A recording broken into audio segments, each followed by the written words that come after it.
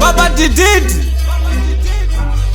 Mwana wenyu yeye ndini Ndakatanga Naye. Mwana wenyu yeye ndini Ndakatanga Naye. Murume wako ye ndini Ndakatanga Naye. Murume wako ye ndini Ndakatanga Naye.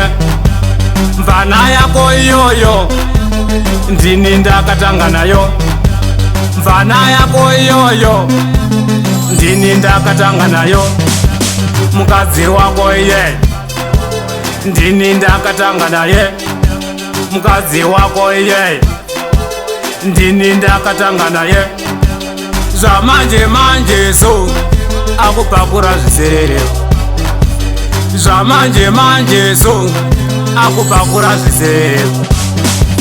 Mwana wenyu yeye ndini Ndakatanga naye. Mwana wenyu yeye ndini Ndakatanga naye.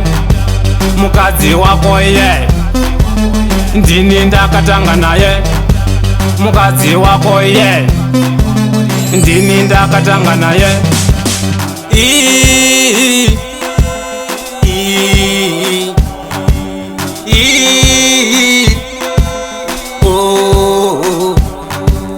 Amaive mwana uyu chengeta mwana wenyu.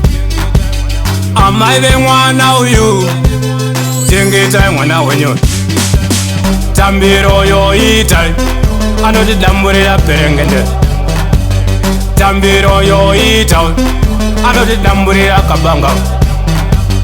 Tambiro yoita anotidamburira kabudura.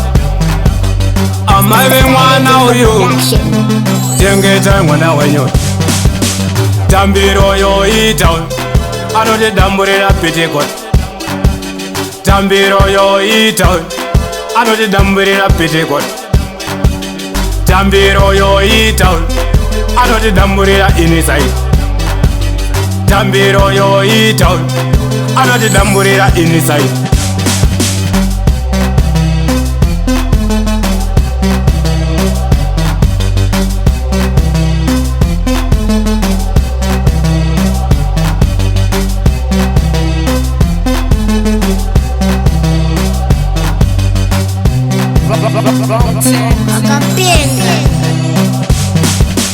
Mwana wenyu yeye ndini Ndakatanga naye.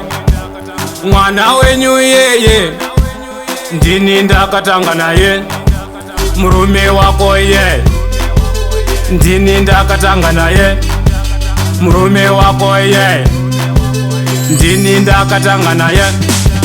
Mvana yako yoyo ndini Ndakatanga nayo. Mvana yako yoyo ndini Ndakatanga nayo. Mukazi wako ye ndini Ndakatanga naye. Mukazi wako ye ndini Ndakatanga naye. Za manje so akupakura zviserere. Za manje so akupakura zviserere. Mwana wenyu yeye ndini Ndakatanga naye. Mwana wenyu yeye ndini Ndakatanga naye.